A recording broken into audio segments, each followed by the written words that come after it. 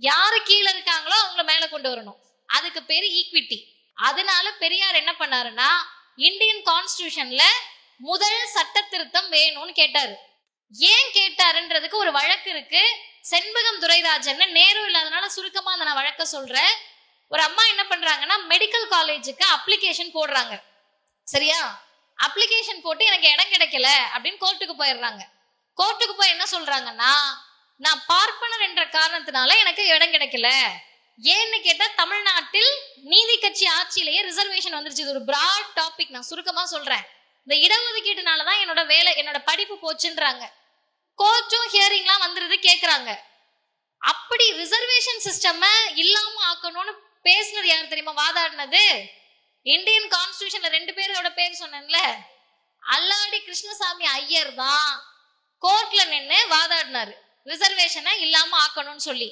இப்ப யோசிச்சு பாருங்க, 5ஆம் கிளாஸ் கூட படிக்காத பெரியாருக்கு ரிசர்வேஷனை பற்றிய புரிதல் இருக்கு, மேல் கீழ் பற்றிய புரிதல் இருக்கு, சோஷியல் ஈக்குவாலிட்டி ஈக்விட்டி பற்றிய புரிதல் இருக்கு, இந்திய அரசமைப்பு சட்டத்தை பற்றிய புரிதல் இருக்கு, ஆர்டிகல் 15 பற்றிய புரிதல் இருக்கு. பெரியார் சொல்றாரு, முதல் சட்ட திருத்தம் வேணும் அப்படின்னு போராடுறாரு. இப்ப போராடுறப்பதான் தெரியுது, நான் ஒரு அக்கா பேர் சொன்னேன்ல, மெடிக்கல் காலேஜுக்கு அப்ளிகேஷன் போட்டாங்கன்னு, அவங்க மெடிக்கல் காலேஜுக்கு அப்ளிகேஷனே போடல அப்படின்னு ஜட்மெண்ட் எல்லாம் வந்து தமிழ்நாட்டுடைய ரிசர்வேஷன் சிஸ்டம் காலி பண்ண பிறகு கண்டுபிடிக்கிறாங்க. அப்ப தமிழ்நாட்டுல அது வரைக்கும் இருந்த சமூக நீதிக்கான ரிசர்வேஷன் என்ன ஆயிடுது? இல்லாம ஆயிடுது. அப்ப பெரியார் தமிழ்நாட்டுல போராட்டம் நடத்தி இந்திய அரசமைப்பு சட்டத்தினுடைய ஃபர்ஸ்ட் அமெண்ட்மெண்ட் வந்த வருஷம் 1951. அப்ப அர்த்தம் என்ன? கான்ஸ்டிடியூஷன் வந்த ஒரே வருஷத்துல நம்ம அமெண்ட்மெண்ட் கொண்டு வந்திருக்கோம். அந்த அமெண்ட்மெண்ட் எந்த ஆர்டிகல்னு கேட்டீங்கன்னா, ஆர்டிகல் 15 கிளாஸ் 4. இந்த 15 கிளாஸ் 4ல 2 வார்த்தை மட்டும் முக்கியம், அதை மட்டும் நான் சுருக்கமா சொல்லிடுறேன். யாரையும் பாகுபாடு பார்க்க கூடாது. ஆமா, ஆனா கல்வி என்று வருகிற போது எதன் அடிப்படையில் முக்கியத்துவம் கொடுத்து ரிசர்வேஷன் கொடுக்கணும்னு சொன்னா, socially and educationally backward classes, scheduled caste, scheduled tribe. Socially and எஜுகேஷனலினா என்ன அர்த்தம்? கல்வி ரீதியாகவும் சமூக ரீதியாகவும் கல்வி ரீதியாகவும் பிற்படுத்தப்பட்ட பட்டியலின பழங்குடியின மக்களுக்கு. இதுல இப்ப என்ன வார்த்தைய சேர்த்திருக்காங்க யூனியன் கவர்மெண்ட்? எக்கனாமிக்கல் ரிசர்வேஷனை கொண்டு வந்துட்டாங்க. அமெண்ட்மெண்ட் மூலமா எக்கனாமிக்கல் ரிசர்வேஷனை கொண்டு வந்துட்டாங்க. அப்ப ஆஸ் a law college ஸ்டூடெண்ட்ஸா, ஒரு பட்டிங் அட்வொகேட்ஸா நமக்கு தெரிய வேண்டியது என்னன்னு கேட்டா, சோஷியலி அண்ட் எஜுகேஷனலி அப்படின்றது வரலாற்று ரீதியாக நம்ம பின்தங்கி இருக்கிறோம், பிற்படுத்தப்பட்டு இருக்கோம். பொருளாதார ரீதியானதுன்றது ஒரு அளவுகோல் கிடையாது. ஒண்ணு வேணா, இங்க தம்பிங்க உட்கார்ந்து இருக்காங்க, லாட்டரி டிக்கெட்லாம் இப்ப இல்ல, ஒருவேளை இருந்தா அவங்களுக்கு லாட்டரி அடிச்சிருதுன்னு வச்சுக்கோங்க, நாளைக்கு அவங்க என்னவா இருப்பாங்க? கோடீஸ்வரன் ஆயிடும். அந்த அழகா சொல்றான், கோடீஸ்வரன் ஆயிடுவாங்க. ஒண்ணு வேணா, இன்னைக்கு நான் நல்லா இருக்கேன், நாளைக்கு என்னோட சொத்து எல்லாம் திவாலா, சொத்துன்னு உடனே நீங்களாம் நம்பிடாதீங்க. ஒருவேளை இருந்தது திவாலா ஆயிடுச்சுன்னா நான் என்ன ஆயிடுவேன்? தெருகோடிக்கு வந்துடுவேன். அப்ப எக்கனாமிக்கல் அப்படின்றது என்ன தன்மையோடு இருக்கிறது? மாறக்கூடிய தன்மையோடு இருக்கிறது. அந்த மாறக்கூடிய தன்மையோடு இருக்கிறத ஒரு கிரைட்டீரியாவா எடுத்துக்க முடியாது அப்படின்ற புரிதல் பெரியாருக்கு இருந்துச்சு. இப்ப அடுத்த கேள்வி உங்களுக்கு வரணும், சட்டமே படிக்காத பெரியார், சட்டமன்றத்துக்கு போகாத ஒரு பெரியார் எப்படி இந்தியன் கான்ஸ்டிடியூஷன் அமெண்ட்மெண்ட் கொண்டு வந்திருப்பாரு?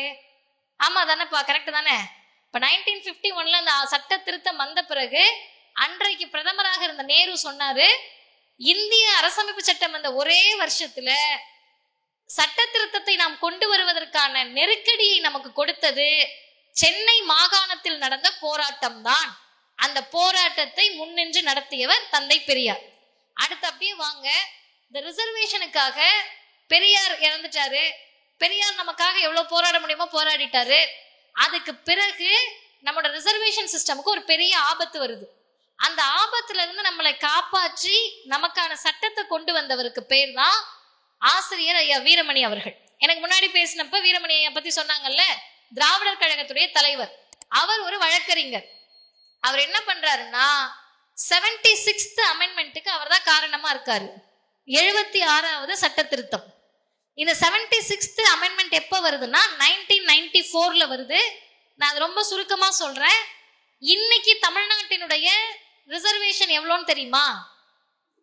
சத்தமா சொல்லுங்க, கரெக்ட் தான். 69. 69னா ஓபிசிக்கு எவ்வளோ?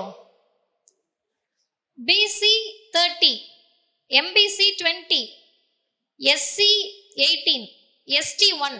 இதுல எஸ்சிஏக்கு அதுல இருந்து 3% போயிடும். நான் ரொம்ப வேகமா சொல்றேன். இந்த 69% இடஒதுக்கீடுனால என்னங்க நடந்துச்சு தமிழ்நாட்டுல? இத உங்க தலைவர் சட்டமா கொண்டு வந்தாருன்றீங்க. அதனால என்ன நடந்துச்சுன்னு கேட்டீங்கன்னா, இப்போ உங்க எல்லாருக்கிட்டே ஒரு கேள்வி கேட்டேன்னா அதுக்கு பதில் கிடைச்சிரும். மாணவர்கள் மட்டும் கை தூக்குங்க. இங்க இருக்க எத்தனை பேரோட தாத்தா காலேஜ் வரைக்கும் போய் டிகிரி வாங்கினவரு? எத்தனை பேரோட பாட்டி காலேஜ் போனவங்க? தாத்தாவே போகல, எப்படி பாட்டியை போட்டு இருப்பாங்க? அடுத்து அப்பா எத்தனை பேர் போய் காலேஜ்ல டிகிரி வாங்கினவரு? மாணவர்கள் மட்டும் கை உயர்த்துங்க. 3, 4, 5, 6, 7, 8, 9, 10, 11 வச்சுப்போம். அம்மா எத்தனை பேர் காலேஜ் போய் டிகிரி வாங்கினவங்க? ஓகே, அதை விட ஒரு 3 கை குறைஞ்சிருக்கு. மாணவர்கள் ஒரு 100ல இருந்து 150 பேர் இருப்பீங்கன்னு நான் நினைக்கிறேன். ஒரு 100 பேர்னே வச்சுப்போம். 100 பேர் இருக்கக்கூடிய அரங்கத்துல தாத்தா ஒருத்தர் படிக்கல, பாட்டி படிக்கல, அப்பா 10 பேர் படிச்சவங்க, அம்மா 8 பேர் படிச்சவங்க, நம்ம எல்லாரும் இன்னைக்கு படிச்சுக்கிட்டு இருக்கோம்னு சொன்னா அது ஆசிரியர் அவர்களால் சட்டமாக நிறைவேற்றப்பட்ட அந்த 69% ரிசர்வேஷனாலதான். இந்த ரிசர்வேஷன் இல்லைன்னா என்ன பண்ணிருப்பாங்க? நீ எல்லாம் படிக்க கூடாத ஜாதி, வெளியே போனா நம்ம வந்திருப்போம். ஆனா இப்ப என்ன கேட்கிறோம்? அது என் உரிமை, அடிப்படை உரிமை அப்படின்னு கேட்கிறோம். ஓகே, இப்ப இந்தியன் கான்ஸ்டிடியூஷன்ல இவ்வளவு விஷயங்கள்லாம் இருக்குல்ல, அத என்ன பண்ணாருன்னா பெரியார் 1957 எரிச்சார். 1957 சட்டத்தை எரிச்சாரா அப்படின்னு கேட்டீங்கன்னா, பெரியார் சட்டத்தை எரிக்க போறேன்னு அறிவிச்சிடுறாரு. இதை கொஞ்சம் நீங்க நல்லா கவனிச்சுக்கோங்க, ஏன்னா நான் வேக வேகமா சொல்ல போறேன். பெரியாரை முதல் நாளே கைது பண்ணிடுறாங்க. அந்த சட்ட எரிப்பு போராட்டத்துல பெரியார் இல்ல. ஏன் சட்டத்தை எரிக்கிறாருன்னா, தெளிவா அந்த வார்த்தையை புரிஞ்சுக்கணும். தந்தை பெரியார் சட்டத்தை எரிக்கல, ஜாதியை பாதுகாக்கக்கூடிய சட்ட பிரிவுகளை எரிக்க சொன்னாரு. அப்ப இந்தியன் கான்ஸ்டிடியூஷன் எல்லாரும் ஒண்ணுன்னு சொல்லுதுல, எங்க ஜாதி பாதுகாக்கப்பட்டிருக்குன்னா, இன்னைக்கு நம்ம சவால் விட்டு கூட சொல்லலாம், இந்தியன் கான்ஸ்டிடியூஷன்ல PhD முடிச்சவங்களுக்கு கூட அந்த ஆர்டிகல் பற்றிய புரிதல் இருக்குமான்னு நமக்கு தெரியல. ஆனா 5ஆம் கிளாஸ் கூட தாண்டாத பெரியார் என்ன பண்றாருன்னா, ஒரு 6 ஆர்டிகல் சொல்றாரு. ஆர்டிகல் 13, 25, 29, 368. நான் முழுசா டிஸ்கிரைப் பண்ண டைம் இல்ல, அந்த 4 மட்டும் சொல்றேன். ஆர்டிகல் 13 இங்க இருக்க யாருக்காவது ஞாபகம் இருக்கா? என்னது? சவுண்டா சொல்லுங்க. அவங்க எம்எல் முடிச்சவங்க. ஓகே டன், எனக்கு புரிஞ்சிருச்சு. Pre constitution, post constitution. Constitution வர்றதுக்கு முன்னாடி என்னன்னா நீ பண்ணிருக்கலாம். கான்ஸ்டிடியூஷன் வந்த பிறகு கான்ஸ்டிடியூஷன் தான் நமக்கு முதன்மை சட்டம்னு சொல்லிட்டாங்க. சொல்லிட்டு ஒரு இக்கு வைக்கிறாங்க. என்னன்னா, கான்ஸ்டிடியூஷனே வந்தாலும் உங்களுடைய கஸ்டம்ஸ் தான் முக்கியம் அப்படின்றாங்க. கஸ்டம்ஸ்னா என்ன? பழக்க வழக்கங்கள். தெருவில் நடக்கக்கூடாது, செருப்பு போடக்கூடாது, சட்டை போடக்கூடாது, எச்சி துப்ப கூடாது, பள்ளிக்கூடம் பக்கம் வரக்கூடாதுன்னு சொன்னதெல்லாம் என்ன? பழக்க வழக்கம் தான். அப்ப கஸ்டம் என்ற பெயரால் ஜாதியை இந்திய அரசமைப்பு சட்டம் பாதுகாக்குது. கஸ்டம் அடிப்படையில் தான் நம்ம சூத்திரர்கள். அப்ப சூத்திரன்ற சொல் சட்டத்தின்படி சரியானதா இருக்குன்னு சொல்றாரு. அதுக்கு அடுத்து முக்கியமான ஆர்டிகல் 368. இந்த 368 நல்லா தெரிஞ்சுக்கோங்க. அமெண்ட்மெண்ட். அதுக்கு நம்ம ஒப்புதல் கொடுக்கணும்னு தேவையே கிடையாது. இன்னைக்கு நமக்கு எத்தனை நாடாளுமன்ற உறுப்பினர்கள் இருக்காங்க? 40 பேர் இருக்காங்களா? இந்த 40 பேர் எதிர்த்து குரல் கொடுக்க முடியும், என்னனாலும் பண்ண முடியும்.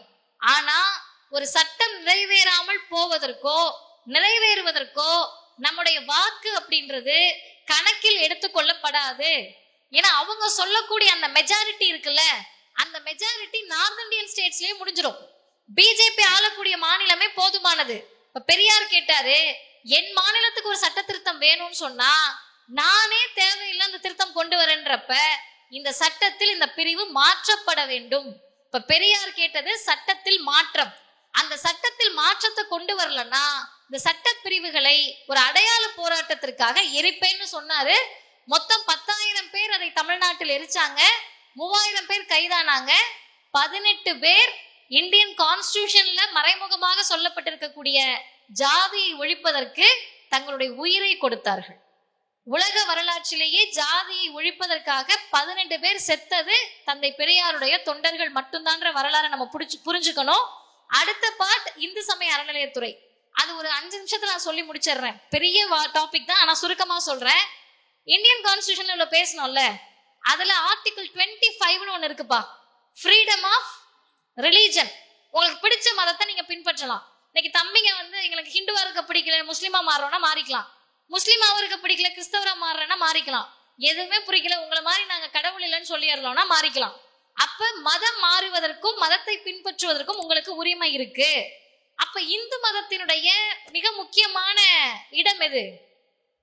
கோவில் தானே. இந்த கோவில்கள் யாரால் கட்டப்பட்டது அப்படின்னு கேட்டீங்கன்னா, மன்னர்கள் காலகட்டத்தில் கட்டப்பட்ட கோவில்கள் தான் அதிகம். இந்த குலதெய்வ கோவில்லாம் இருக்குல்ல, அதுக்கும் இதுக்கும் சம்பந்தம் கிடையாது. குலதெய்வ கோவில்ன்றது பிரைவேட் ப்ராப்பர்ட்டி, உங்க இடத்துல நீங்க காசு கொடுத்து கட்டுறது. பழனி முருகன் கோவில், மதுரை என்ன கோவில் இருக்கு பெருசா, சிதம்பரம் நடராஜர் கோவில், இப்படி கோவில்லாம் இருக்குல்ல, இந்த கோவில்கள் எல்லாம் பப்ளிக் ப்ராப்பர்ட்டி, பொது சொத்து. அந்த பொது சொத்தை யார் வேணா சாப்பிட்டுக்கலாம்னு விடணுமா, இல்ல ஒரு அரசாங்கம் மானிட்டர் பண்ணணுமா? அரசாங்கம் மானிட்டர் பண்ணணும். அப்படி அரசாங்கம் மானிட்டர் பண்ணாம விட்டதுனால கோவிலுக்குள்ள கருவறைக்குள்ள யார் இருப்பான்னு உங்களுக்கு தெரியும். அவங்க நிறைய ஆட்டைய போட்டதெல்லாம் கண்டுபிடிச்சு பிரிவி கவுன்சில் வரைக்கும் கேஸ் போய் இன்னைக்கும் நிறைய வழக்குகள் வந்து அந்த கோவிலில் நடக்கக்கூடிய திருட்டு கொள்ளை அது எல்லாத்தையும் தடுப்பதற்காக நீதி கட்சியுடைய ஆட்சிகள் தான் இந்து சமய அறநிலையத்துறை சட்டம் முதல்ல உருவாச்சு. உருவான பிறகு இன்னைக்கு HRNCன்னு சொல்லக்கூடிய Hindu religious and charitable endowments act இருக்கு. இப்ப உங்ககிட்ட என்ன கேள்வி கேட்பாங்கன்னா, இந்து கோவில்களை இந்துக்கள் கிட்ட கொடுத்துருங்க அப்படின்னு தானே சொல்லுவாங்க. அப்ப நம்ம என்ன கேட்கணும்னா, ஒரே ஒரு ஆர்டிகிளோட நான் முடிக்கிறேன், செக்ஷனோட, செக்ஷன் 11 ஆஃப் HRNC. இந்த செக்ஷன் மட்டுமே தெரிஞ்சா போதும் நீங்க ஆர்கியூ பண்றதுக்கு HRNC பற்றி. செக்ஷன் 11 என்ன சொல்லுதுன்னா, இந்திய அதாவது இந்து கோவில்களில் commissioner, joint commissioner, assistant commissioner, deputy commissioner, கூட்டுறவங்க பெருக்கிறவங்க யாரானாலும் இருக்கலாம். அப்படி கோவில்களில் வேலை செய்யக்கூடிய மேல்நிலை ஊழியரிலிருந்து கடைநிலை ஊழியர் வரை யாரா இருக்கணும்னா ஹிந்துவா இருக்கணும்னு சட்டம் சொல்லல. who profess a Hindu religion சொல்லி இருக்கு. ஹிந்து மதத்தை பின்பற்றக்கூடியவரா இருக்கணும். அப்ப இன்னைக்கு சட்டப்படி யார் வந்து இந்து சமய அறநிலையத்துறையை வச்சிருக்காங்க? இந்துக்கள்கிட்ட தான் இருக்கு. அப்ப நம்ம என்ன கேட்கணும்னா, ஏற்கனவே இந்துக்களிடத்தில் இருக்கக்கூடிய இந்து கோவில்களை பார்ப்பனர்கள் கிட்ட கொடுக்க சொல்றீங்களா என்ற கேள்வியை கேட்க வேண்டும். இந்தியன் கான்ஸ்டிடியூஷன், HRNC இது எல்லாம் சமத்துவத்தை நோக்கியதாக இருக்கணும் அப்படின்றதுதான் பெரியாருடைய நிலைப்பாடு, திராவிடர் கழகத்தினுடைய நிலைப்பாடும் அதுதான். நன்றி.